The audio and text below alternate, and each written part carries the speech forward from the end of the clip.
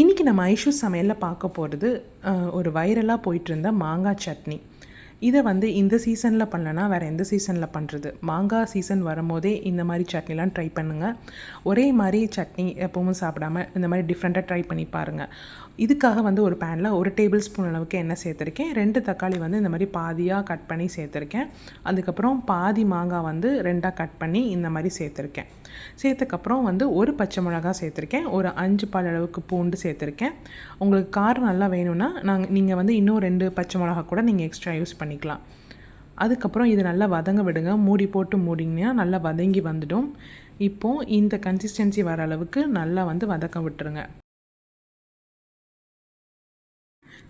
இதை வந்து ஒரு மிக்சர் ஜாரில் சேர்த்துக்கலாம். இதில் வந்து மாங்காயை சேர்க்கும் போது இந்த மாதிரி பல்ப்பை வந்து எடுத்துகிட்டு சேர்த்துக்கோங்க. நல்ல ஒரு டேஸ்ட் கொடுக்கும். இப்போ நம்ம வதக்கி வச்சுருந்த எல்லாத்தையும் இதில் சேர்த்துட்டு இதில் வந்து 1 டீஸ்பூன் அளவுக்கு மிளகாய் தூள் வந்து சேர்த்துக்கலாம். சேர்த்தக்கப்புறம் ஒரு 8 சின்ன வெங்காயம் வந்து சேர்த்துக்கலாம். சேர்த்தக்கப்புறம் கொஞ்சமாக வந்து மல்லி இலைகள் வந்து சேர்த்துக்கலாம். அதுக்கப்புறம் தேவையான அளவு உப்பு சேர்த்துட்டு நல்லா வந்து மை போல் அரைச்சி எட்டு வந்துக்கலாம். இதை ஒரு பவுலில் மாற்றிக்கலாம். இப்போ வந்து கடுகு, கருவேப்பிலை, எண்ணெய் எல்லாம் சேர்த்து ஒரு தாளிசம் பண்ணி இதில் வந்து சர்வ் பண்ணிங்கன்னா ரொம்பவே அருமையாக இருக்கும். இட்லி, தோசைக்கு அட்டகாசமாகவே இருக்கும்.